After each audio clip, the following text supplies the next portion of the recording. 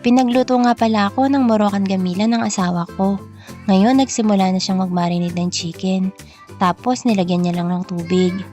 Ang mga condiments nga palang ginamit niya, sweet paprika, ginger powder, turmeric powder, salt and pepper. Optional lang yung chili powder. Sinet aside muna niya yung chicken, tapos nagsimula na siya maghiwa ng iba pang ingredients.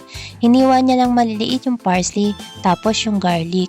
Yung onion naman, dalawang klaseng hiwa yung ginawa niya.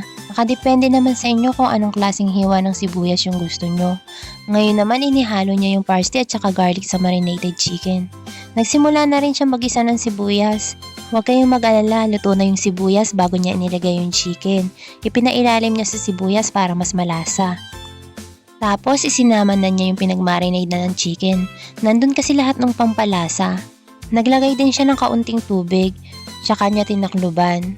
At ayan, luto na ang ating Moroccan gamila.